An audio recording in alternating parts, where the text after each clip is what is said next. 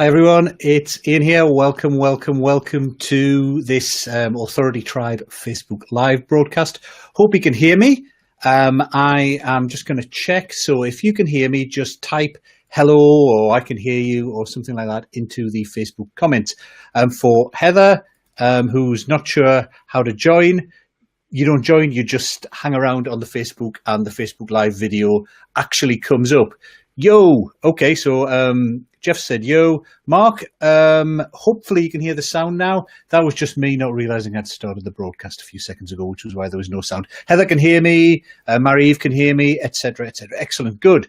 So let's go live. So today's broadcast is all about how to create a lead magnet for to help build your authority. And we're going to in particular talk about authority lead magnets, which are a little bit different to what you might have seen for a normal lead magnet. So by the way, do feel free to type in questions as we go through. I can see all the comments as they come up. You might catch me occasionally looking over like that. It's just me looking at the comments to see what's been said. And if there's a question on there, I can quickly flip up the question like that and answer it and then flip it back down again. So, as I say, do feel free to ask questions as we go through, and let's get going. So, first of all, let's talk about what a lead magnet is generally. So, a lead magnet is simply content that you produce that's designed to attract your ideal clients and to get them to sign up for regular communication with you. So, the logic behind a lead magnet is that, you know, by and large, 99% of the people who you come into contact with, who could be great clients for you down the line, aren't ready to buy when you first come into contact with them. So what that means is if someone sees you at a presentation, someone comes to your website or whatever, initially they're not going to be ready to buy. So they'll go away, they'll forget you existed, or they'll go to other websites, they'll see other presentations. And when they are ready to buy, you're not top of mind for them. So they're not going to hire you.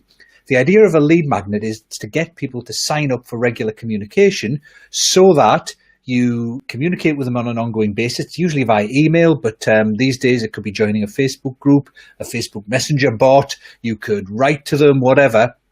The idea is, though, through the process of the lead magnet, people sign up to get regular communications from you.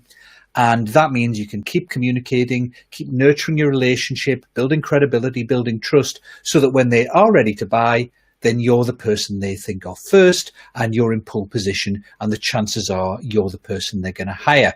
Now, lead magnet also does a few other things for you. So firstly, a lead magnet is also great qualification. So the very fact someone has said, yes, please, I would like that free report or that free video on this particular topic indicates they're interested in the topic. So let's say, for example, you did a presentation. There were 100 people in the room at the presentation. And now typically in a room of 100 people, you know, maybe 2, 3, 4, 5 are really interested and want to do something right now. Maybe another 20 or 30 are quite interested. Maybe sometime in the next 3, 6 months, they might be ready to do something. And there's a bunch of people who they were in the room, they're sort of vaguely interested, but they're never really going to be customers for you. Now, if you start trying to follow up and send emails and make phone calls to the entire room, to all 100 people afterwards, then two things are going to happen. One is you're going to wear yourself out trying to follow up with 100 people. It's just not really very practical. The second thing is those 60, 70 who weren't ready to buy immediately or weren't really interested, then they're going to get annoyed when you start following up with them, particularly if you do it on a regular basis. So by saying at the end of your presentation, hey, I've turned the presentation into a document with some action steps and more details on how you can implement this to really get results. If you'd like a copy of that, just give me your business card or come and see me at the end and I'll hook you up to get that and my regular tips by email. If you do that, then it means the 20 or 30 who are really interested, they'll be the ones that sign up. They'll put their hands up, they'll sign up. And you can follow up with them and they'll appreciate the follow-up, they'll value it, and you'll build credibility and trust, and you won't be annoying the 50 or 60 people who were in the room but weren't really all that interested in the topic or not interested enough to want some follow-up from you. So a lead magnet is a great qualification mechanism as well. Never overlook that side of it.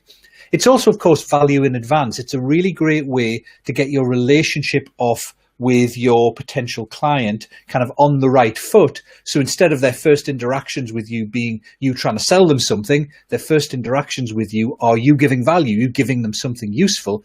And of course, the lead magnet itself, if you do it right, is proof that you can get results. So if you've got a lead magnet with great ideas or some actions in it they can take where they get immediate results or they see some immediate improvements, it's proof that your stuff works. So they'll be much more ready. In terms of that readiness thing, they might start off at that level. Oops, I'll raise that so you can see it. In fact, I'll get rid of my name.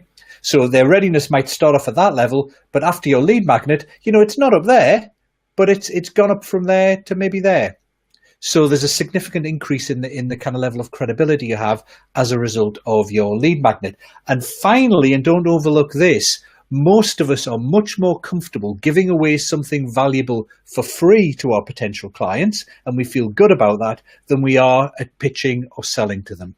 So the very fact you have a lead magnet and something you can give away for free or offer to people for free kind of encourages you to be much more proactive with your marketing. If your only form of marketing is to say to people, hey, I'm great, hire me, most of us feel uncomfortable doing that. We don't really do it very much.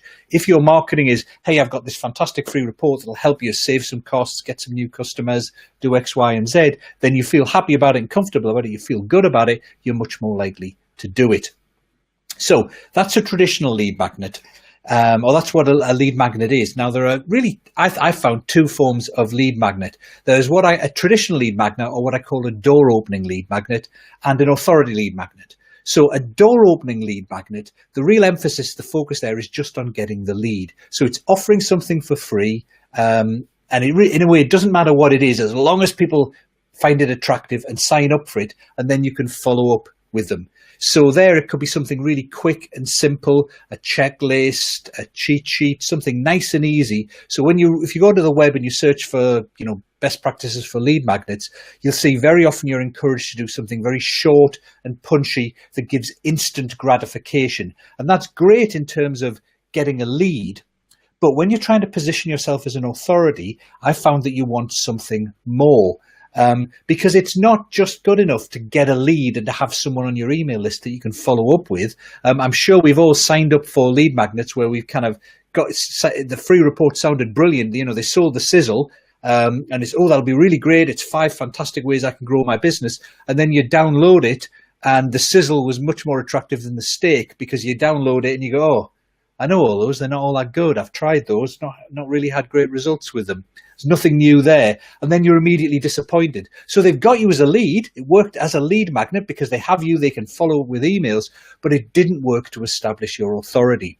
So an authority lead magnet is a lead magnet that, yes, gets the lead, but it also establishes authority early on. So it adds value.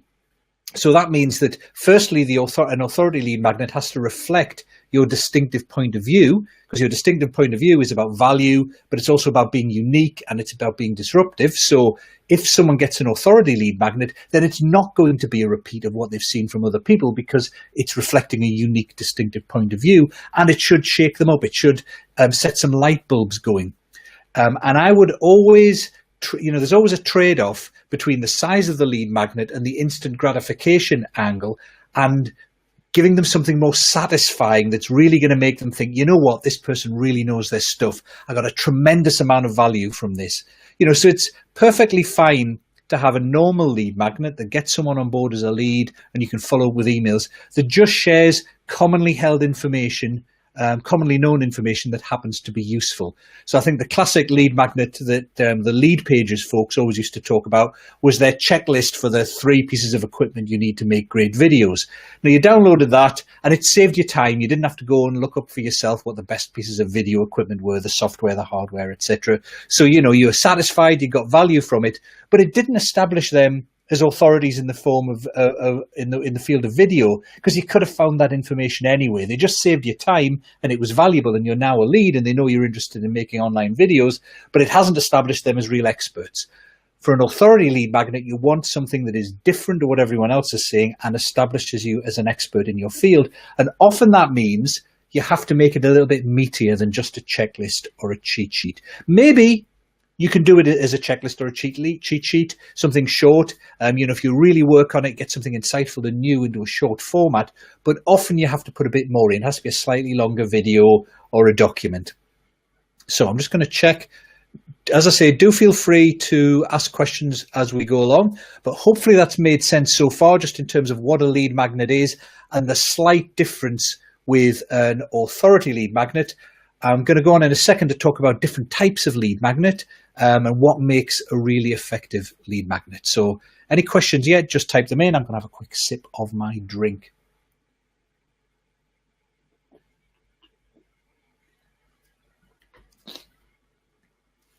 Right, let's get rolling. We're going to do something clever here. We're going to start using some slides. So I'm going to move that across and I'm going to show my screen. Boom, there we go. And I'm going over here and I'm going to view it full screen. How long a video, Jeff's asked. I'll come back to that probably right at the end, Jeff, but I would advise relatively short and splitting them up into small chunks, because you do want them to be consumable. You have to recognize this is the very start of your relationship with someone. They don't trust you enough yet to be willing to invest an hour, for example, in watching a video, because they don't know that you really know your stuff. It's usually better to split the video into a small number of 5, 10, 15-minute videos if it's a longer one, so that they watch one, they think, wow, that was really useful, now I'll watch the second one. So really it's about enough to grab them, enough to establish some kind of authority and hook them in so they'll be wanting to watch the rest. Okay, so different types of lead magnets. So the classic lead magnet that many people do is the how-to guide. So this is where you provide information on how to achieve a certain objective, how to get more clients using Google AdWords, for example, or how to save costs in procurement or whatever it might be. So you give people a how-to guide. Great. That helps establish you as an authority because obviously it's showing your expertise in a certain area. Another type of lead magnet is the big new idea. Now, if you've been working on your distinctive point of view and you think you've come up with something that is a very new idea that nobody's really talking about before, then it's a great way to establish your authority by having the lead magnet be about that idea.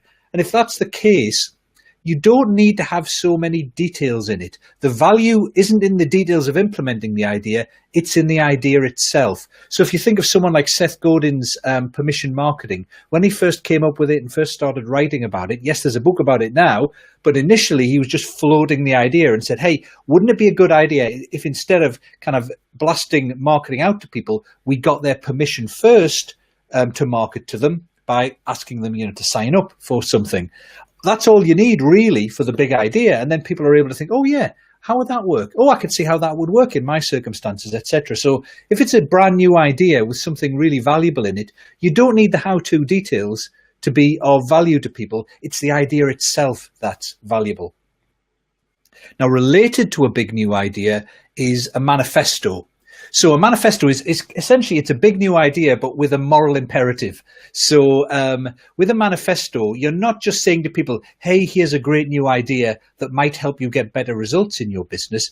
You're essentially saying, we should be doing this. This is something you should be doing, or we should be doing. So, when my friend Charlie Green, who does a lot of stuff in the world of trust, a lot of the stuff he creates is of, I think, manifesto type, because Charlie's not just saying, if you want to get more trust in business, then do this. Charlie is saying you should try and get more trust into your business relationships. It's a good thing. So if you have almost like a real cause that you're trying to get people behind, then a manifesto is a good type of lead magnet. Again, it's mainly focused on the this is what it is side rather than the details of how to do it. You have to have enough in there so people really understand what it is and how they could get value from it. And I think Liz, who's been doing the challenge, whose distinctive point of view is all about how, when it comes to leadership, leadership training has traditionally either focused on, the high level leaders or the high performers who are progressing faster up the leadership ranks, or the leaders who are underperforming, and it's missed out the kind of middle ranks who could be leading initiatives and change and things like that. That's kind of like a manifesto. She's kind of saying to people, hey, you're making a mistake here. You're not giving leadership training to the people who would really benefit from it and who would really give great results. So the thing about a manifesto is you're kind of saying to people, not just this is a good thing to do, but you should do this. You're kind of leading the charge, rattling a few sabers, and being a cheerleader for that particular method. Sarah said, I wrote my contract manifesto onto a web page and it got the attention of Stephen Covey. So there you go. So that's one of the powerful things about a manifesto type of lead magnet, or having a manifesto generally, is that people tend to emotionally buy into it. If they agree with your ideas and you're really saying it's the right thing to do rather than just here's how you do it, then it can be very attractive. People will align themselves with you and see you as a leader in that area, kind of tribe leader. With Charlie, for example, I remember seeing a clip of him on CNBC, the US business channel, and they were very aggressive towards him. They kind of pretty much accused him of being a communist for suggesting that businesses should have more trust and work together better. So for the people who didn't like Charlie's idea of trust and believed that business is all about competitiveness, they kind of hated him more as a result of that. But for the people who believed that trust was important to business and that we should be collaborating and working together, they loved Charlie more because of that appearance on CNBC, because he stood up for what he thought was right, and it was a principle they also agreed with. So that, they became more and more aligned behind him. So that manifesto can be a very powerful way of doing a lead magnet. Some other types of lead magnet, I said the checklist. This is if you can compress your authority point of view into just a few things that people can tick off and do. I find it difficult to get a real authority lead magnet just as a checklist, but it is a lead magnet type. You can have a copy and paste. So copy and paste is where you provide people with templates and examples that they can just use and tweak. So your authority, your distinctive point of view is encapsulated in the template itself. So Sarah, for example, in your case, I guess a contract template that people could start off with that embodied the principles of trust, not terms, would be a copy and paste lead magnet for you. You've got a buyer's guide. Now, a buyer's guide is an interesting type of lead magnet. It's very similar to a how-to guide, but it's more designed where you have a service business where you do something for people rather than where you are teaching them how to do it themselves. So a very good friend of mine, Mike Seddon, who's sadly no longer with us, I've got a great podcast recording with him where he talks about a buyer's guide he created because he used to run a Google AdWords service where people would hire him to run Google AdWords for their businesses. Now, his ideal clients didn't really want to do it themselves. They were interested in Google AdWords, but he didn't want people who wanted to do Google AdWords themselves. And, so he would teach them how to do Google AdWords. He wanted people who wanted to hire someone to do Google AdWords. So a great lead magnet for him was a buyer's guide, where it was basically I think the way he phrased it was something like how to avoid getting ripped off by dodgy Google AdWords providers or words to that effect. So a buyer's guide, which teaches your ideal clients how to select the right supplier, is really valuable for them. It establishes your authority because you're essentially sitting above everyone and saying these are the things you should be looking for. And of course, hopefully you tick all the criteria if you're a service provider. And then finally, you've got a diagnostic. So a diagnostic would be where you have a kind of quiz or questionnaire or some way of people self-diagnosing where they have a problem. And of course, typically, like if you go to a doctor and a doctor asks you a series of questions about the problems you're having, and they use that to diagnose the problem you've actually got, that establishes them as an authority because they know the right questions to ask. And it has the side benefit of really narrowing it down onto the specific thing that needs to be fixed. So diagnostic can be a good lead magnet as well.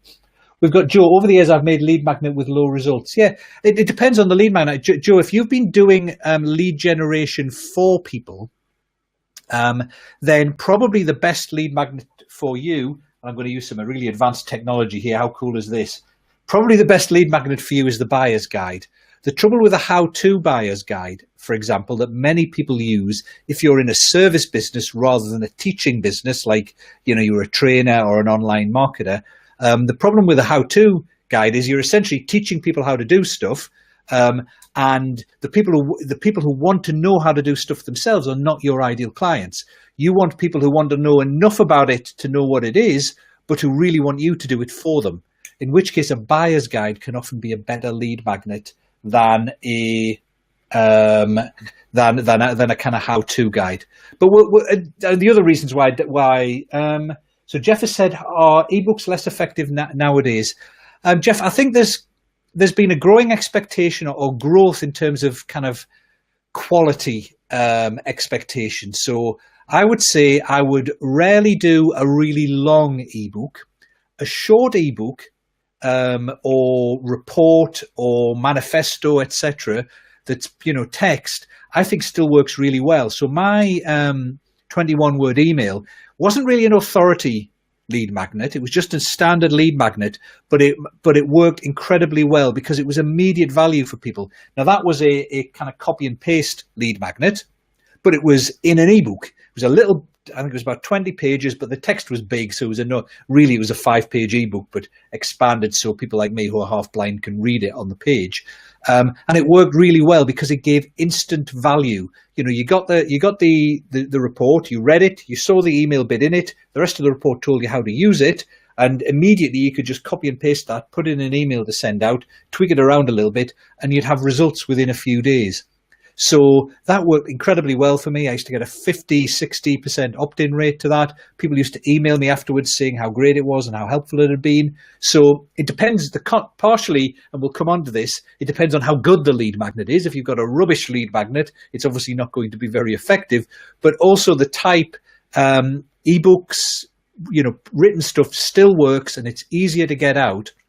There is, I think, a perception that video is a little bit more attractive. But the downside of video is it takes longer to make.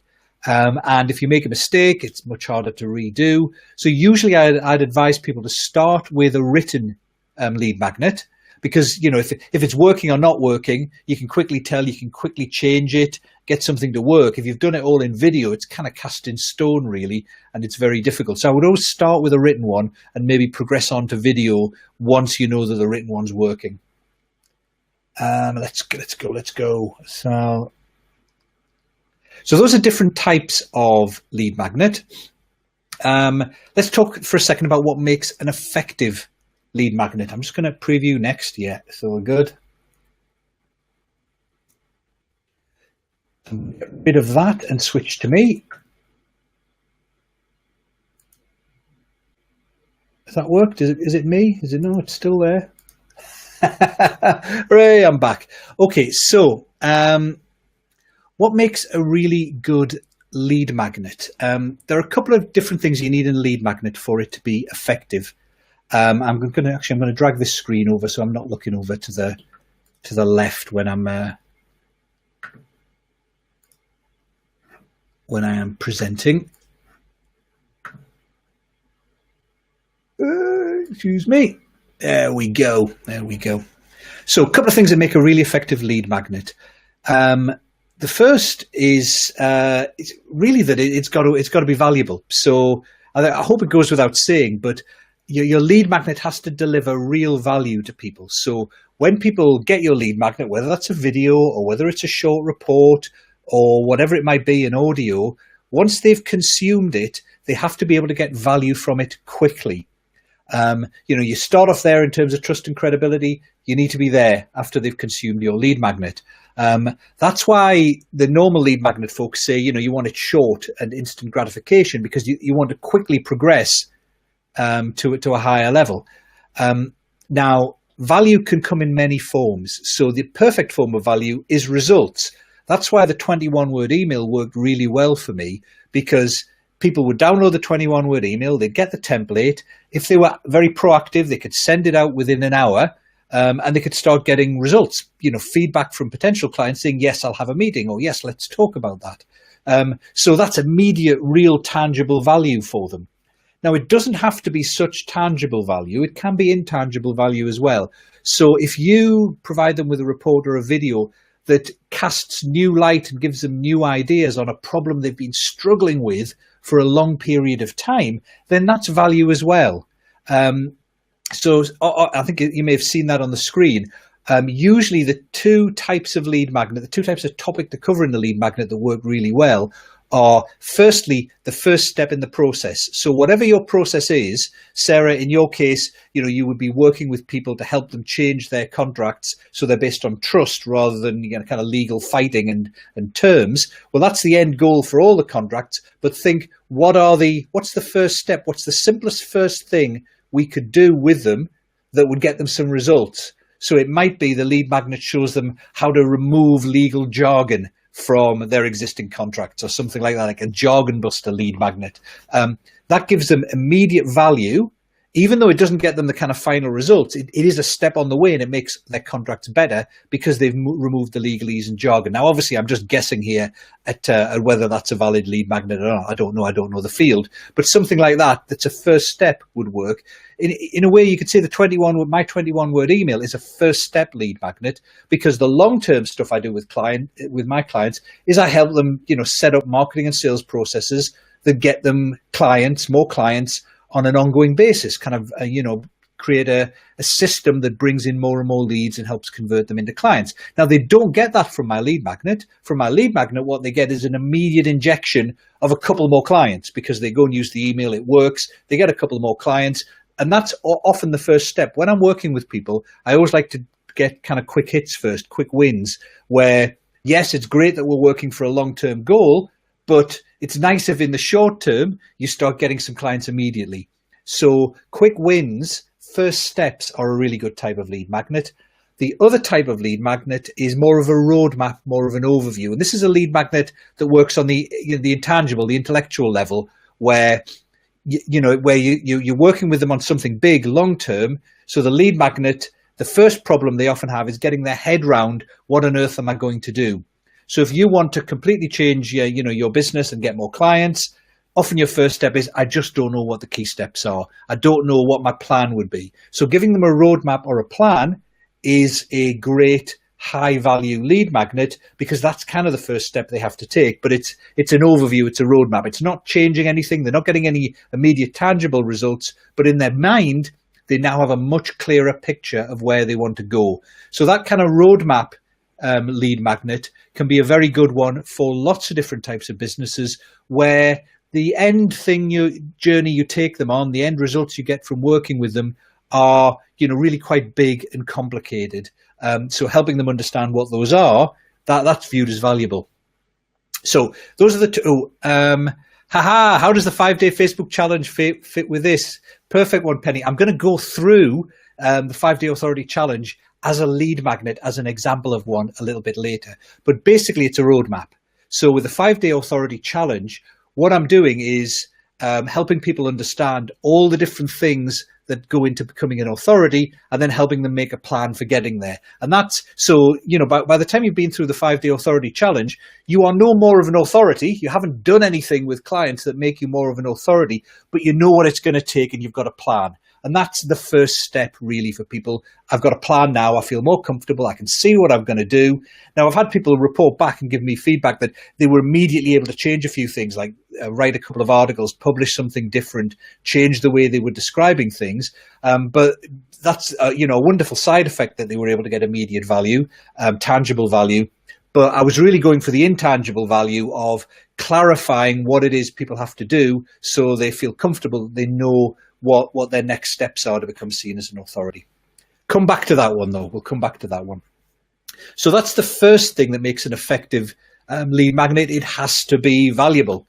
The second thing that makes an effective lead magnet is that value needs to be obvious in advance. And what I mean by that is, if you have a really valuable lead magnet, but people don't know that it's really valuable until they've downloaded it and been through it and tried it out, then obviously they're not going to be motivated to download it and try it out and sign up for it in the first place. It has to be instantly obvious. And one of the best ways of doing that is in the way you name your lead magnet. So, I call my 21-word email lead magnet the 21-word email that can get you more clients. And that's a really long, cumbersome, clumsy name, but it works really well, because you read that name and you go, okay, it's 21 words long. That means it's short, should be easy for me to do, and it can get me more clients. So I don't need to say, if I could have called it the Zippy email. Download your Zippy email, and then I would have needed to put a description and bullet points underneath saying, the Zippy email is a really short email you can send out to potential clients that will get them responding and setting up meetings with you really quickly. So I need a description around it. But by calling it the 21-word email that can get you more clients, people get the benefit just from the name. So it's obvious in advance that they're going to get value from it, rather than having to think about it. Because when most people see your lead magnet or get the offer of your lead magnet, they're not going to be paying attention. So it needs to jump out at them as being really valuable. That's the third point as well. The third point is that whatever area you focus your lead magnet on needs to be a top of mind issue, or I sometimes call it a close to the jugular issue for your ideal clients. What I mean by that is, if you think of your ideal client, usually any potential client that you might have will have a big long list of problems or issues or challenges that they're working on. Some of them will be really top of mind, the top 1, 2, or 3 biggest problems that keep them awake at night, that they constantly are thinking about during the day, always in the back of their mind. And there are some other problems which are really valuable for them to solve, possibly really important for them to solve, but they're not high up on their priority list. So if you work on something that's or you're thinking of a particular problem like the first step, and it's not high up on the priority list of your target client, even if it's valuable, even if it gets them tangible results very quickly, the problem is they won't be thinking about it.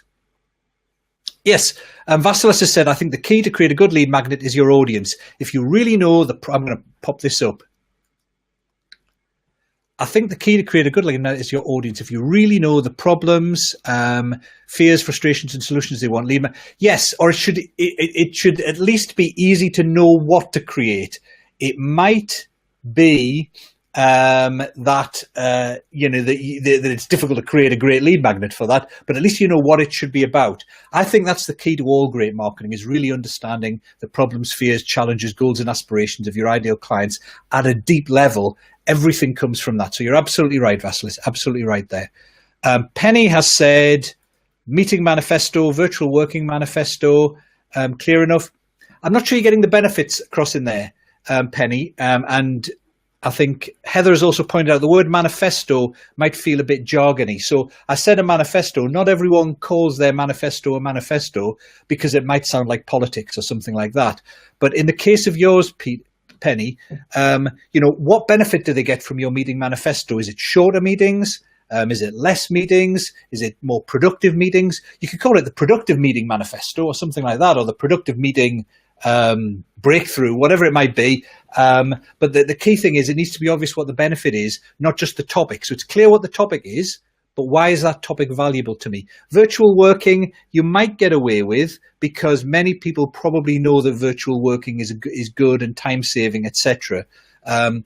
Penny's just said a lot of people will be in her field will know the Agile Manifesto. So perhaps Manifesto is fine, but I would call it, but certainly with meetings, what is it? What's the number one primary improvement you're going to get, and get productive, time-saving or whatever, get that in. With virtual working, perhaps virtual working is seen as enough of a benefit in its own right that it just it's less boring, less wasted time.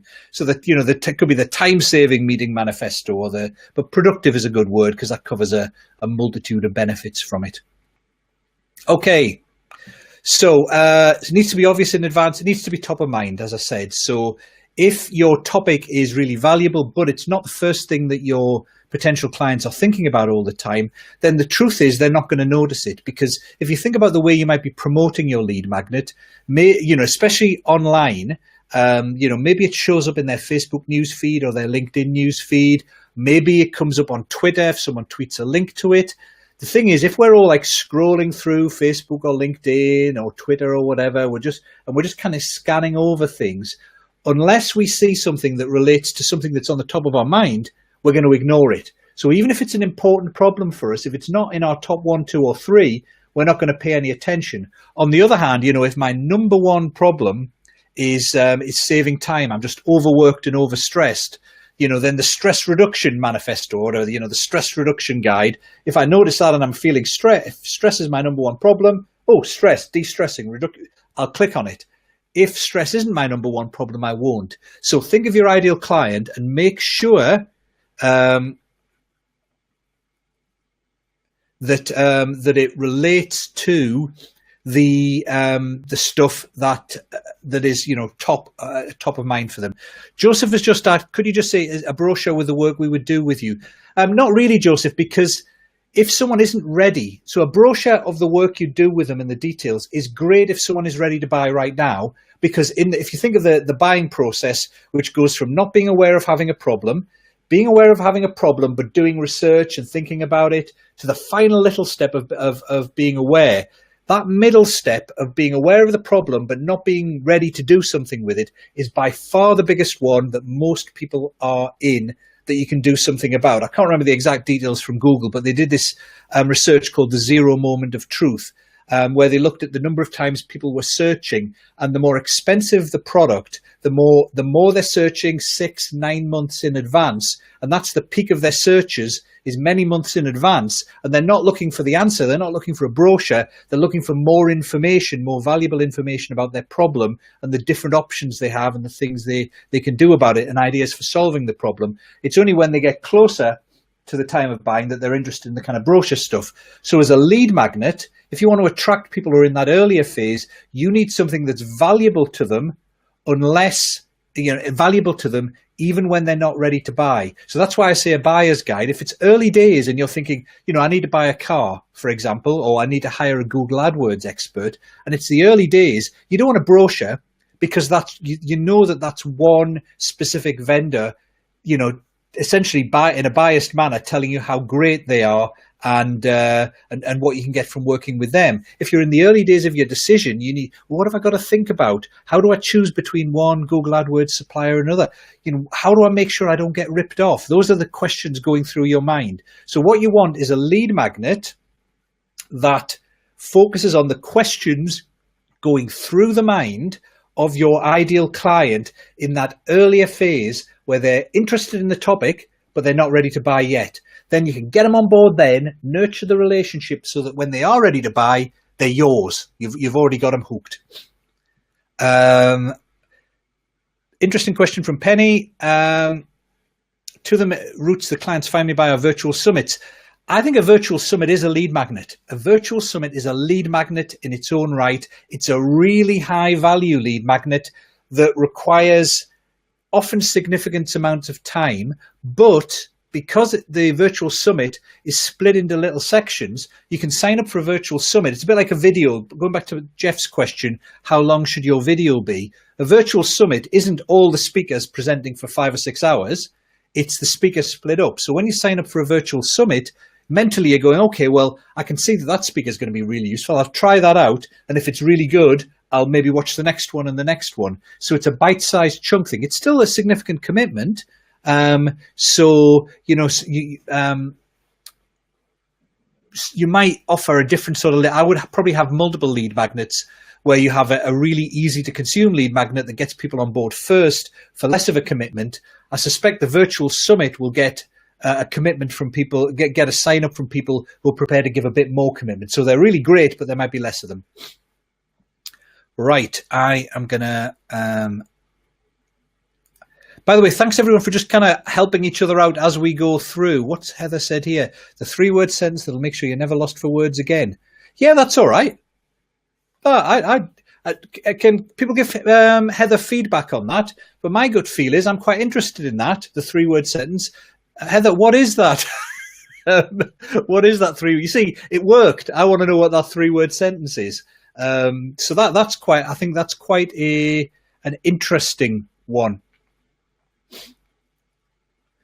Yes, that's right. So let's just check. Yes, Virtual Summit is already a lead magnet, and a Virtual Summit I have found, and thanks to your advice, Penny, my wife has had real success with a couple of Virtual Summits. That word of mouth works really, really well. The word of mouth works excellently on a Virtual Summit because it's viewed as really high value. Joseph said, what about testing lead magnets? Absolutely. I mean, the thing is, most people, it's a real effort to produce just one lead magnet. So testing two is more of a challenge. But if you can, great. There you go. Tell me more. Tell me more. Anyway, I'm going to move on a bit. Other things about a great lead magnet. You want your lead magnet to provide people with new information.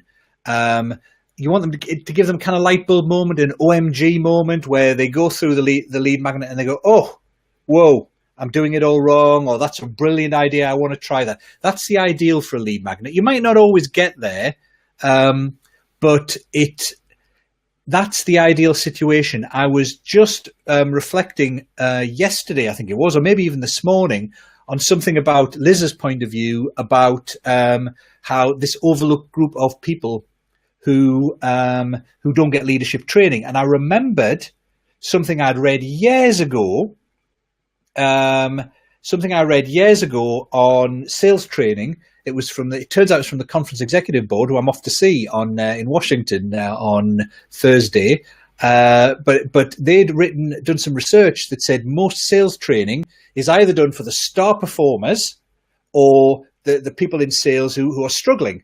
And what they said was, the truth is, or coaching, I think they were doing it on, the truth is star performers are already performing really well. There isn't necessarily that much scope to get them improving more because they've already done the training. They've already done the training in their spare time. They've read all the books. You're not going to get much more out of them. Similarly, the people at the bottom, they don't really like sales. They're best being moved out, really. It's the people in the middle who don't get the sales training and the coaching that if you just improve them a bit, and there's more and more, there's loads of them, you'll be able to get much more improvement.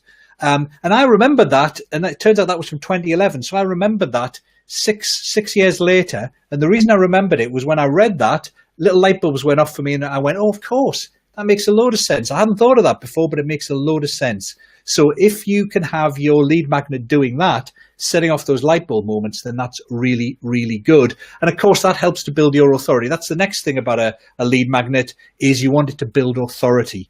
Now, a door opening lead magnet doesn't matter so much. You just get people, they're on your email list, you can add value, you can nurture them. But for an authority lead magnet where you want to position yourself as a leader in your field, you want the lead magnet to start that journey. So that means got to be about your distinctive point of view.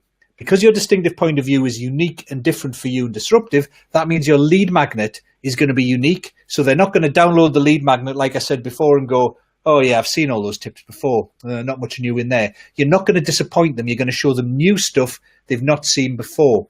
The other thing you'll want to try and do with your lead magnet is you'll want to try to illustrate the points. You want to try those illustrated points, to illustrate those points with case studies and examples from your own or your client's experiences. I went through this with one of the guys on the Authority Breakthrough program. And initially he was trying to write a report, and he was including lots of external examples of well-known case studies. And my point was, that's great, and it establishes that the principles you're talking about work, but you also want to weave in your own examples from where you've worked with clients on these things, because that builds your credibility. You don't have to show off about it. Just say, I was working with a client doing X, Y, and Z. One of the clients I worked with did this, this, and this, and these were the results they got. So little mini case studies as you're illustrating a point subtly tells the person reading it, oh, this is real live experience. Ian has this experience. He's not just talking about this in theory. He's got results with it, so it really works. So always when you're illustrating things, use practical examples and case studies and do it from your own experience or, of course, your client's experience, and that will build your authority.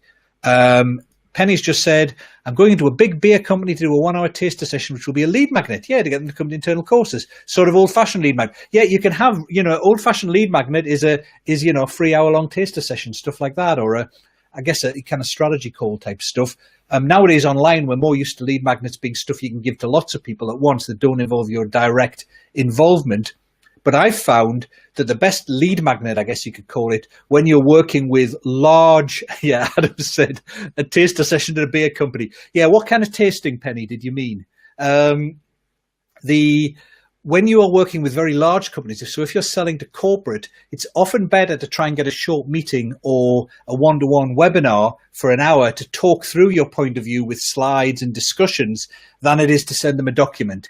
A document is if you're going to blast out to lots of people and you don't know whether they, whether they be great clients or not. But if you've got a hit list of 20 potential clients and you can get them on a call because you've done some research, some benchmarking, you've got some really valuable information, and you can get them in a call or a meeting and share that, that's a better lead magnet than just doing it through a document.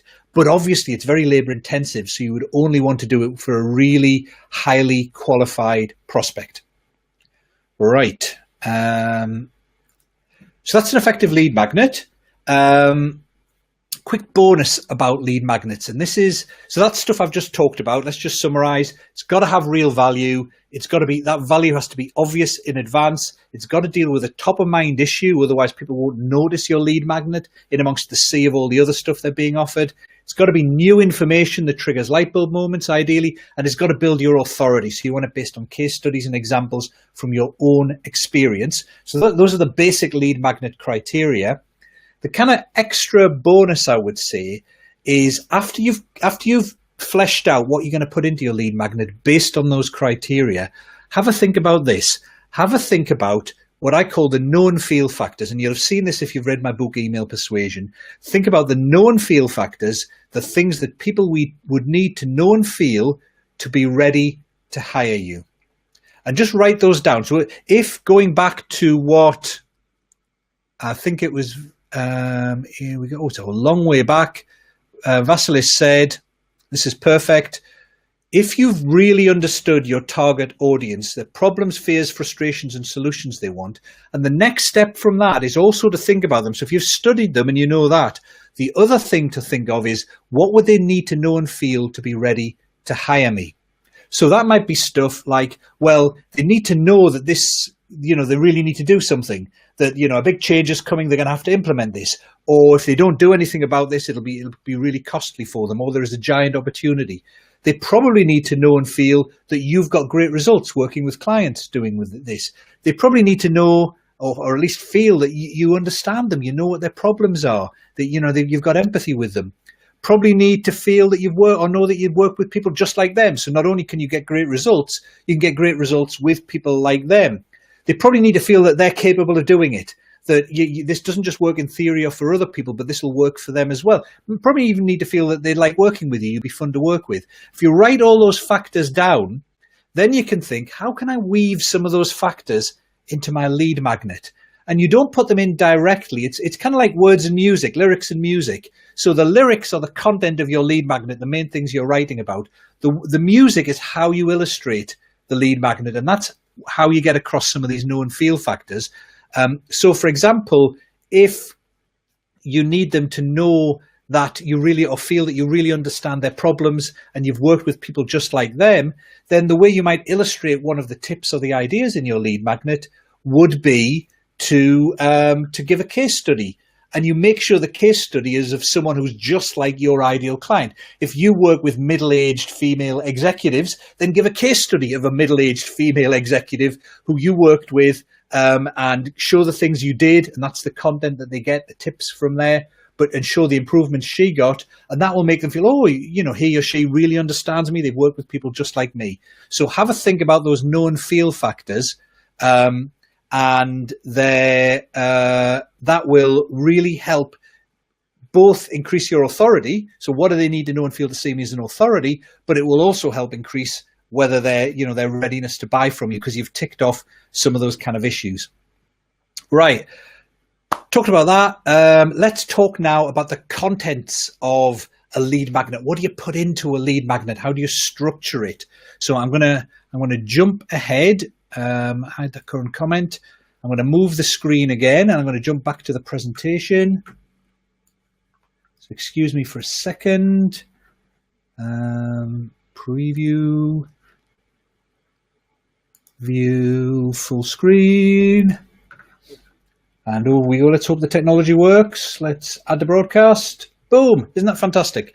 So we've been through those example lead magnet types. And I said that when you are creating a lead magnet, you're really covering one of two particular topics. One is the first tangible step they can take, or your lead magnet gives them a roadmap for the whole thing. But how do you kind of construct what goes into a lead magnet? Well, firstly, the contents of the lead magnet is somewhat dependent on the type.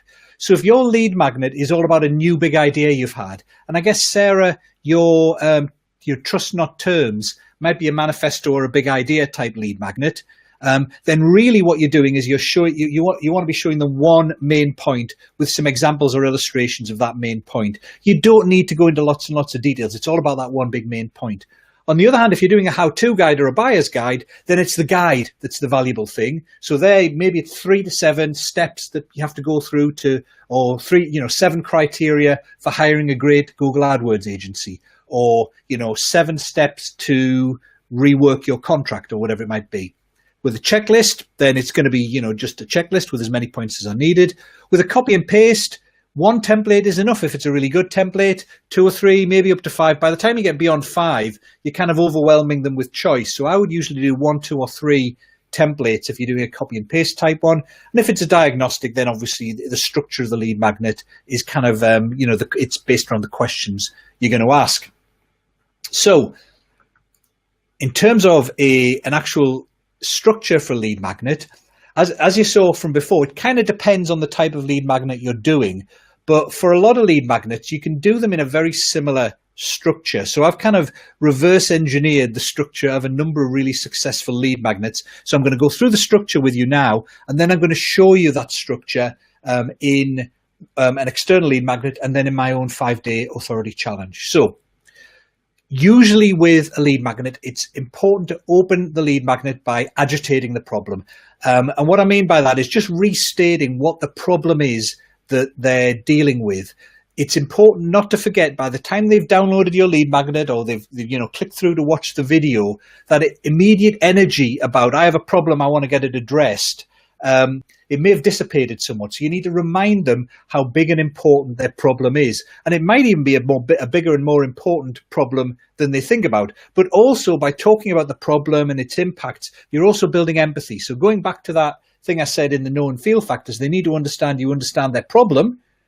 By talking about the problem, how big the problem is, the kind of impact it has on your life and your business, it shows that you really understand them and what they're experiencing. If you can reflect that back in your own experience or what your clients have been experiencing, then they'll feel you understand them. It also reminds them this is a big important issue. One of the reasons why people won't buy from you is if they realize they've got a problem, they realize you've got a good solution, but they just don't think it's a big enough problem to justify paying you a lot of money. So the lead magnet really needs to highlight to them just how important this problem is. Not exaggerating it, not making it up, but just giving the real evidence about how big a problem this is. And finally, you kind of ideally want to focus it on an external driver of change. What I mean by that is, if the reason that you want the client to be in the position, or potential client to be in the position where you're not saying to them, your leadership is really bad and it's your fault, you're an idiot. Nobody likes to be told that the reason something is broken is their fault. And usually that doesn't motivate them to want to try and improve things. Usually that motivates them to get defensive and to try and give all the reasons why it's not their fault and why they couldn't avoid it. So when you're going through your lead magnet, it's often a good idea, if there is an external driver, if the world has changed, if there are other factors that are often causing the problem, it's a good idea to highlight those, because that kind of almost lets your client off the hook. They don't feel bad that they've got this problem, and because of that, they feel more motivated to fix it. Paradoxically, if it is your problem and you caused it, usually you're not motivated to fix it because you get defensive and you don't want anyone to know it's your problem. Oh, we got some more things. Family businesses, wondering about enticing people to read my books to sign up. I'm going to come back to some of these. Will we get these slides, or do I need to write like crazy? Yeah, I'll upload the slides, Penny. I'll put them in the thread in the files section of the Authority Tribe, or maybe link them, put a direct link in the thread underneath this video, so you should be able to download them. Okay, so this video will be here after today. Yeah, and the video stays forever in the Facebook group unless I delete it. Okay, so Open by agitating the problem. Then next step, show that the current ways of doing things aren't working and won't be enough. So again, if you're thinking about, and this goes back to these bonus things, these know and feel factors, if people think, yeah, you're right, I've got a problem, but you know what, I just have to work a little bit harder. I just have to do some of the things I'm already doing and that'll solve the problem, then nobody's going to hire you. You have to show them that's not enough. They really do need to make change in order to fix the problem. Next, introduce the new model, the new idea. So that's, what your point of view. Prove it's going to work. So, of course, the immediate reaction of people when you say, yeah, there's this big problem, today's methods won't solve that problem, here's the way that solves it, the immediate reaction is, yeah, really, does it? So you've got to prove that it's going to work. And ideally, you want to give some real-world examples. You want to give some examples of how you've done this or other people have done this in practice, and it's worked to solve that problem. And, of course, by doing that, it offers hope to the person reading it or watching it that they too can solve the problem. Then you want to expand on the principles so they understand it a bit more. You've got to give enough detail so they know that, this thing really does work, it makes sense, and it is new and different. Sometimes you want to avoid the situation where people will go through your lead magnet, but they don't get enough from it, and they end up thinking, well, I suspect he's probably just using the old so-and-so method, or he's probably just making a big deal about this that I've tried before and doesn't work. It needs to be clear to people that this is something new. It's not something they've tried before that hasn't worked for them. This is something new. So you need to give them enough details that they know that. And finally, you want a call to action to go off and implement it and start getting the benefits. And usually that call to action will be to come and work with you, or maybe to come on a webinar with you, or to have a one-to-one call with you to talk about how you could implement it, or to buy a low-cost product from you, or whatever. So there can be plenty of things you can do in the call to action, but you need to get them to do something next.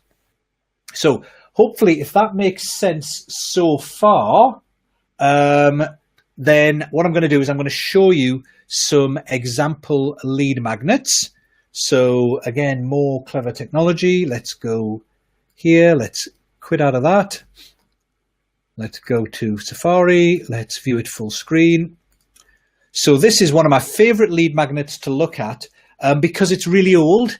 And it's not really a lead magnet, but it worked really well as a lead magnet. So this is the article, Re-Engineering Work, Don't Automate, Obliterate by Michael Hammer from 1990. So this is long before the days where you could, opt in for emails and get, all that kind of stuff where lead magnets became popular. But it worked really easily. By the way, you can go and read this for free on the Harvard Business Review website. You can read 4 free articles on HBR before you need to register for more. So you can go and just Google re-engineering work, and you should be able to find it and read it. So we're going to go through this. Now, this article itself and the follow-up book probably resulted in more consulting work than anything else in the history of mankind. You could argue that it was a bit misplaced, that many re-engineering projects went wrong, etc., but there's no doubting it resulted in a lot of consulting work, so it was a very effective lead magnet. So let's have a look at what it is. So first of all, I said that you've got to agitate the problem when you open up. So they open up by saying, despite a decade or more of restructuring and downsizing, many US companies are still unprepared to operate in the 90s. Gosh, this is probably still true today. In a time of rapidly changing technologies and ever shorter product life cycles, product development often proceeds at a glacial pace. In the age of the customer, order fulfillment has high error rates and customer inquiries go unanswered for weeks. In a period where asset utilization is critical, inventory levels exceed many months of demand. So they're basically saying there's a problem. You need to do something. It's designed to get people to think, oh yeah, crikey, I really do need to do something about this. If you're a senior executive reading this, you're getting empathy. Oh God, they're right. And they understand me, and I need to do something about it. Next, they're showing that the current methods aren't enough. The usual methods for boosting performance, rationalization, automation haven't worked, basically. And just speeding up processes isn't, just using computers to speed up things won't address their fundamental performance deficiencies. They were all, and this is where I guess they introduced the outside area of change. Many of our job designs, workflows, control mechanisms, organization structures came in an age of a different competitive environment and before the advent of the computer. They're geared towards efficiency and control, yet the watchwords of the new decades are innovation and speed, service and quality. So they're basically saying external forces. The computer has changed the world. Now it's all about innovation and speed, but our organizations are designed around efficiency and control. Therefore, we need to change them. And it's not really your fault, senior executive, because you designed the right organization for the past, but now in the future, we need a different sort of organization. So they've agitated, they've shown that the current world is not enough. So now they start by saying, giving their new ideas. We should re-engineer our business, use the power of modern IT to radically redesign business processes. Here's a little bit more about it. And then they go quickly into proving it works. So they use Ford and Mutual Benefit Life, and they show some of the examples, a little case studies. And of course, these are case studies from their work, Hammer from CSC Index. So here's what they tried, it didn't work. Then they re-engineered, and wow, it was amazing and fantastic. Didn't just save 20%, it got a 75% reduction, etc., etc. So they're kind of proving it works by going through a couple of case studies.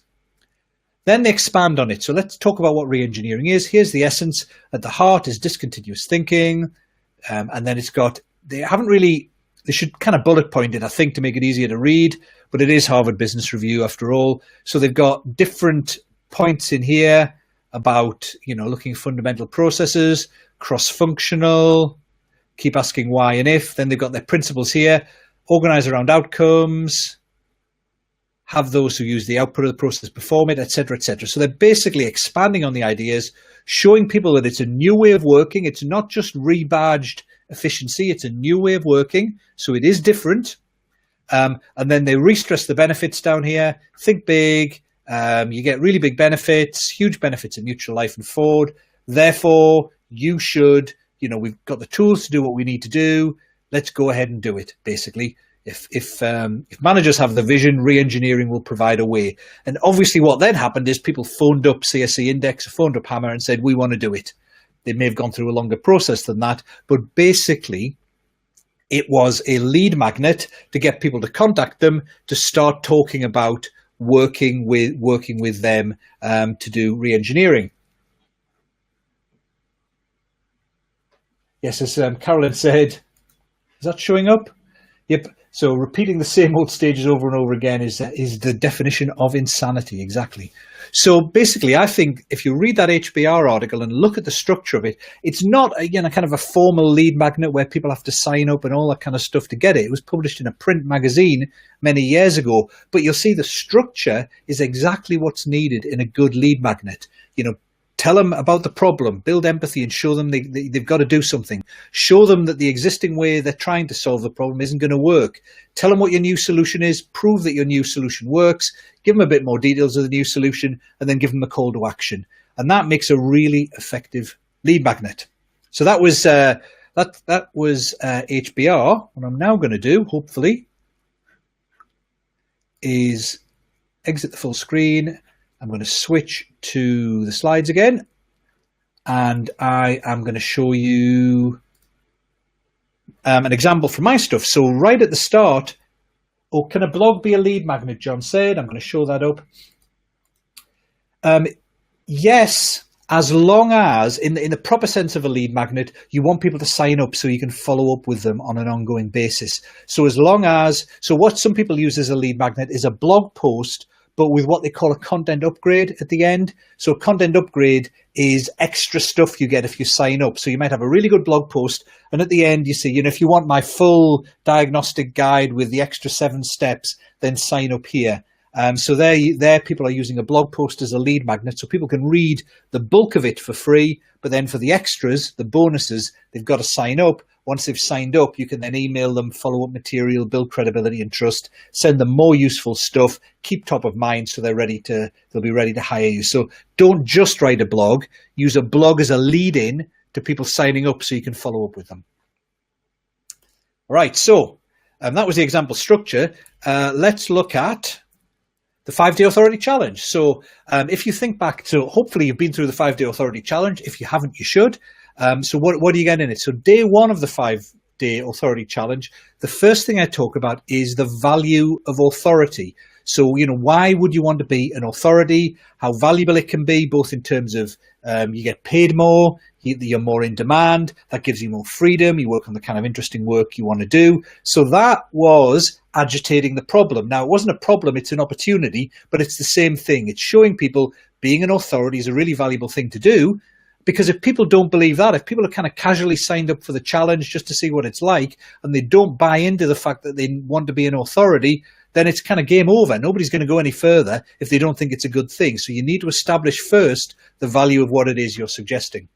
Second thing I talk about is what doesn't work. So I talk there about how most of the stuff published about authority is about the tactics. You write a book, do a podcast, be everywhere on social media. And that doesn't really work because loads of people have written books. Everyone's on social media. That's not the big differentiator. So there I'm kind of saying what people are doing today isn't enough. You need something different. You need something new. So I'm challenging the status quo and saying what you're doing today isn't enough.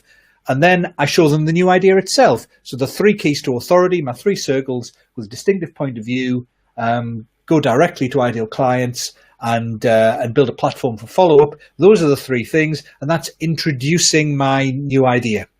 And that's as far as I go on day 1, because you can't do too much. You know, if I try to do the whole thing, it would be an hour long and no one would sign up for it. So day 1, though, I've covered agitate, current stuff is not enough, and sharing the new idea. Day 2, in a way, we have a little bit of a repeat of it. So every day I'm talking about value. So we come to day 2 and I'll talk about the first key to authority, having a distinctive point of view.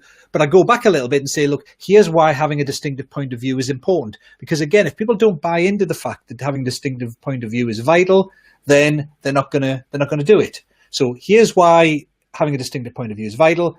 Here's how to create one. Give some people some new ideas, some new techniques, hopefully some light bulb moments going off where people see how they could create their own distinctive point of view. Day 3, I'm talking about lead magnets. So again, why lead magnets are important. What's the value of a lead magnet? Because if people don't buy into that, they won't make one. What makes a great lead magnet, and then how to get visible. So 2 pieces of content. Hopefully, again, light bulb moments going off. So how to get visible, telling the story of Bruce Henderson and BCG, how he got visible. So giving some practical examples that kind of prove that this kind of method works.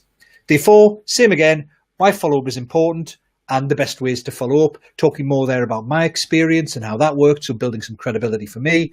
And then day 5, why you need an easy next step. And then my easy next step, which is the breakthrough program, the authority breakthrough program, which is the next step I want people to take. It's my call to action to go and look at the authority breakthrough program, see whether it's something people are interested in, to work with me one-to-one, and then fill in the form to get the prospectus to find out more about it.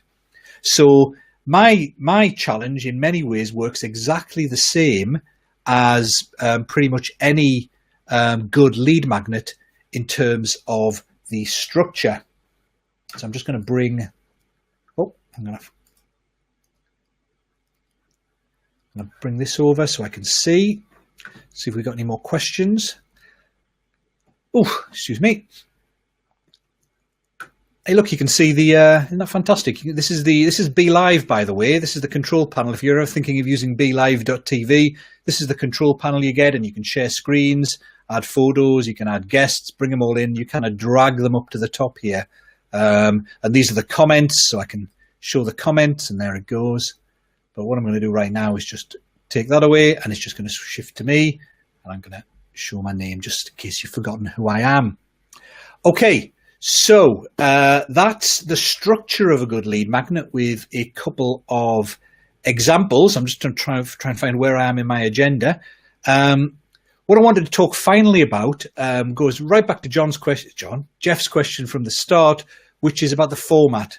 We had a couple of questions about ebooks and videos and stuff like that. So generally speaking, format-wise, you kind of choose the format to best fit the style of lead magnet. So we've even talked about using a virtual summit as a lead magnet or a face-to-face meeting.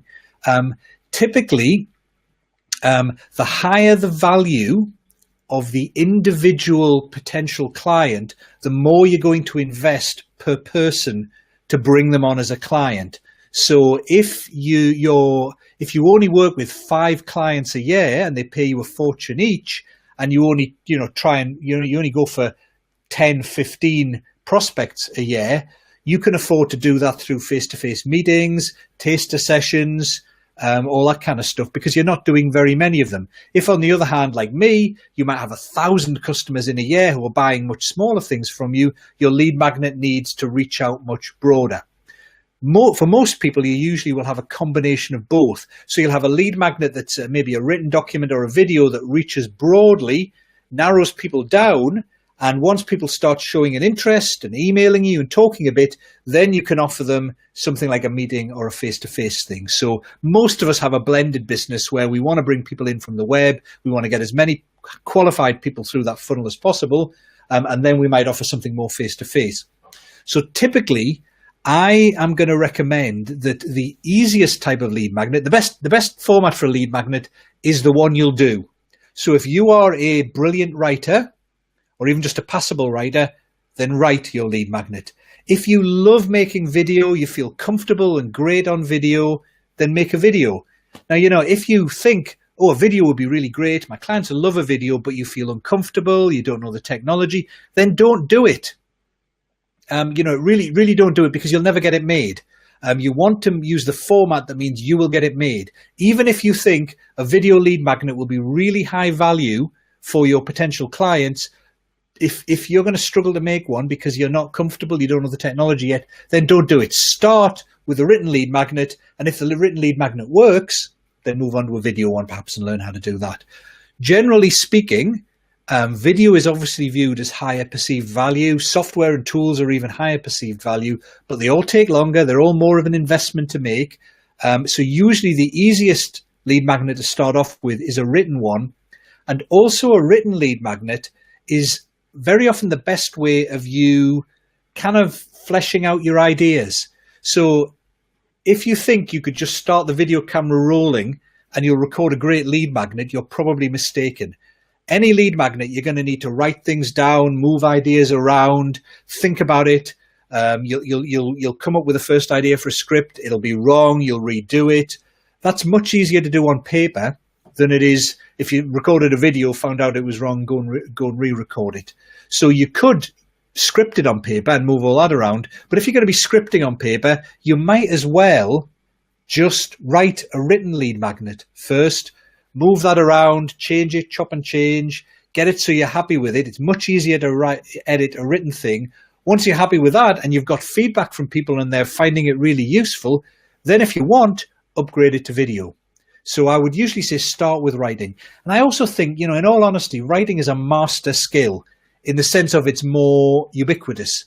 If you can write, if you've learned how to write well, it means you can do blog posts, articles, emails, you can write a script which you can later use in a video. If you're good just live off the cuff on video, that's great, but you can't really do much with that. It's not easy to turn that into a written article or a presentation or a blog post. Whereas if you can write, you can usually translate it to video. So my suggestion is start with writing, usually the best way, but you can move on to other formats if you want.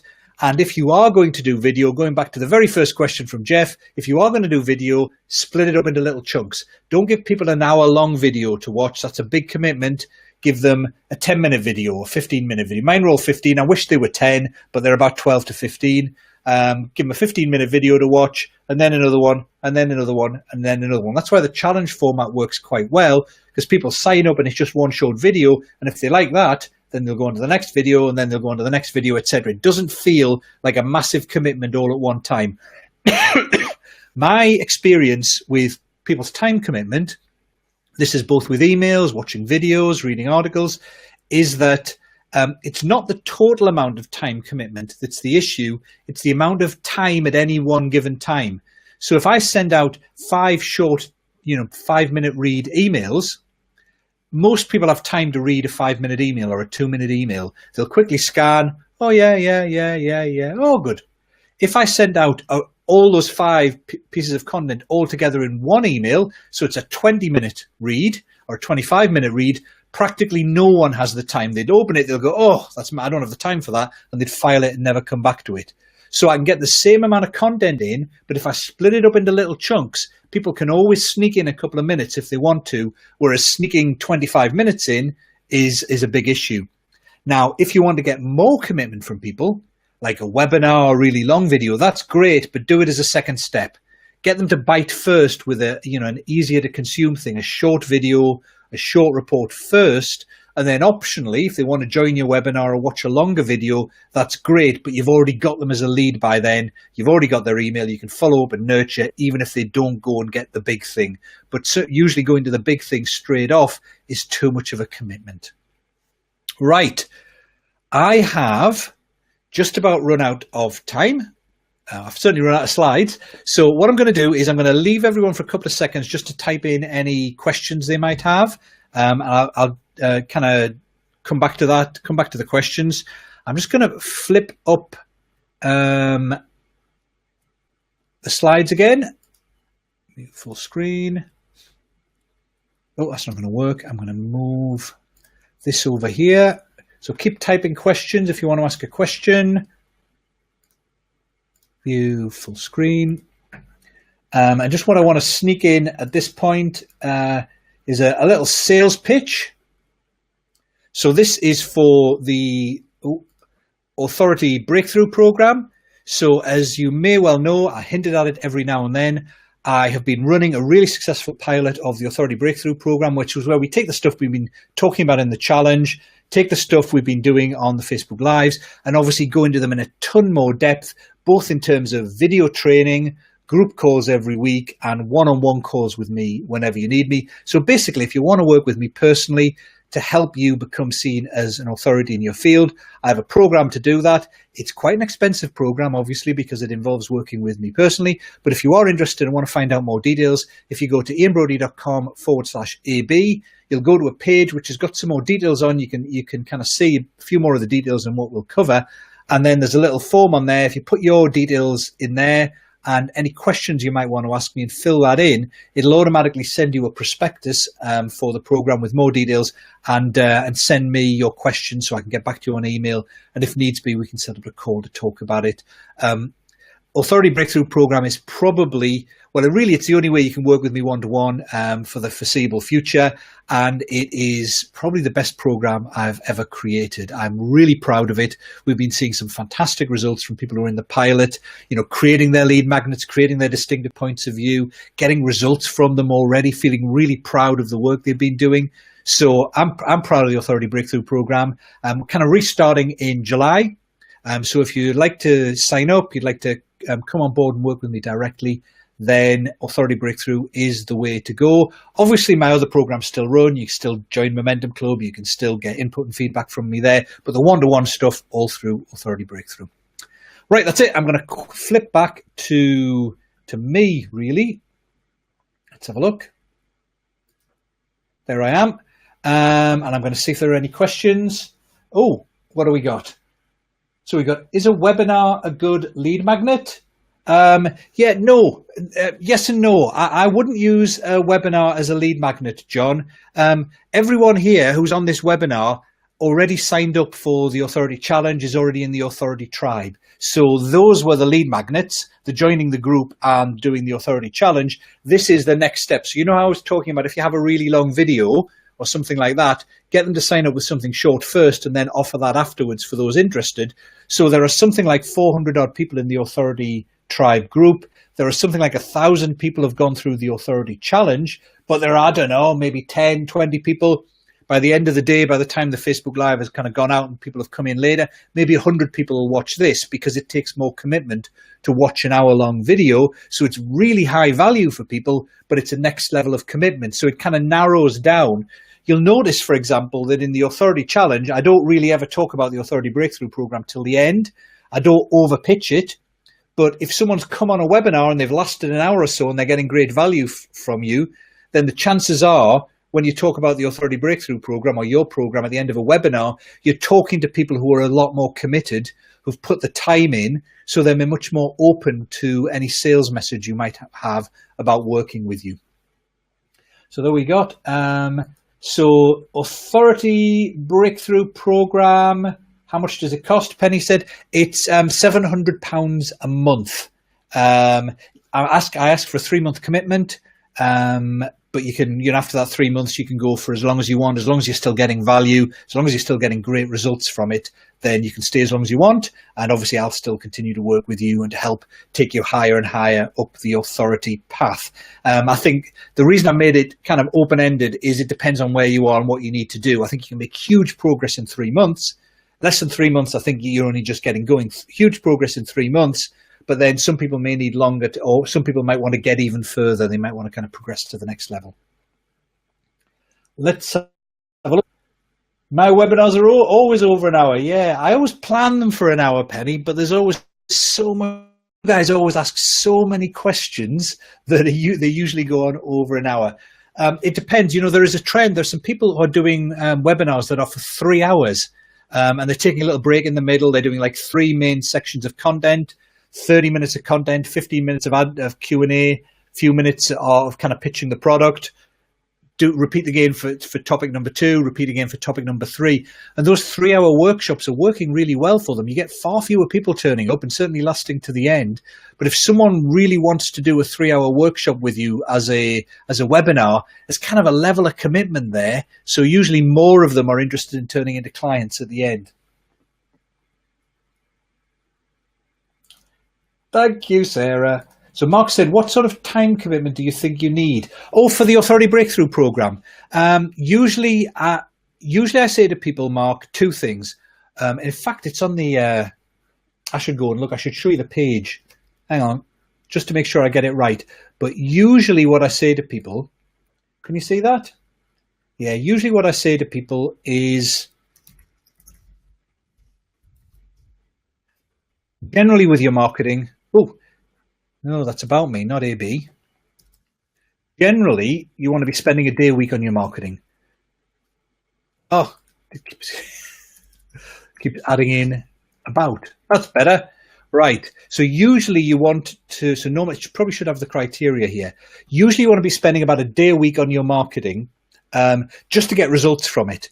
What I'm saying for the Authority Program is about half a day. So if you're already spending a day a week on your marketing, that's about half of that dedicated to the Authority Program. That's both the learning and the doing of whatever it is you need to do to become seen as an authority. So if you think about what that would involve, we've usually got an hour to 2 hours on a group call every week. You can have a one-to-one call with me whenever you want. So you're talking about maybe a couple of hours of interaction every week. You don't have to come to the group calls. If you're getting on perfectly well, you're making huge progress just doing your thing. And that's what happened with a couple of people on the pilot. They just came to maybe 1 or 2 group calls because they were getting on and progressing fine. Others were on every week or every 2 weeks because they had more they wanted to talk about and more feedback they wanted. But obviously you need some time as well to go off and write your lead magnet, or to think about how am I going to promote this on LinkedIn, or to update your website and, to make it more of an authority website. So I usually say about half a day a week. Obviously, if you can invest more in it time-wise, you'll get better results. If you can't invest half a day a week, you're probably going to struggle to keep pace, I think. I don't think it's worth paying £700 a month if you're able to spend less than half a day on it a week, because that 700 will last for 9 months instead of 4 months, for example, because you're having to eke it out over time. Okay, let's switch back to me.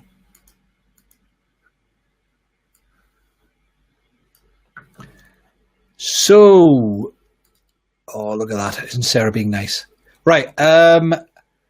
That's about it. I'm going to just round up for questions. And if there are any more questions, I know there's a little delay on Facebook Live. So by the time you hear this, it's probably about, 10 seconds later. So I need to leave a little bit of time for people to actually be able to type questions in. But if there are any final questions, I'm very happy to answer those. Other than that, I shall see you on the next Q&A call. Don't know when that's going to be because rest of the week I'm going to be in Washington. I'm at the Conference Executive Board Sales and Marketing Roundtable. There's about a dozen or so of us being invited over there, and we're going to talk exciting things about sales and marketing and get a preview of the latest research from the Conference Executive Board. And then next week I'm looking after my dad because Kathy and my mum are off to Madrid. I think I haven't done so well out of that side of the deal. Anyway, so great to have you all on board. Thanks everyone for all the comments and all the questions. I know I love the way when we do these kind of Facebook Live things, not only do people ask questions of me, but everybody else answers in the comments as well, and you're helping each other out as we go through the actual webinar. So that's one of the reasons I really like this format. Is it still continues after the webinar's finished, which I think is fantastic. It's a real interactive format that isn't just big old guru talking and everybody listening. It's everybody helping each other out, which I think works so much better. It's the philosophy I think I came into Authority Tribe with, in that I've done reasonably well establishing myself as an authority, but I wouldn't say I know everything about it. And so there's a lot for everyone to contribute and learn. And I just love that aspect of it. So thanks everyone. I shall see you all again very soon. And cheers.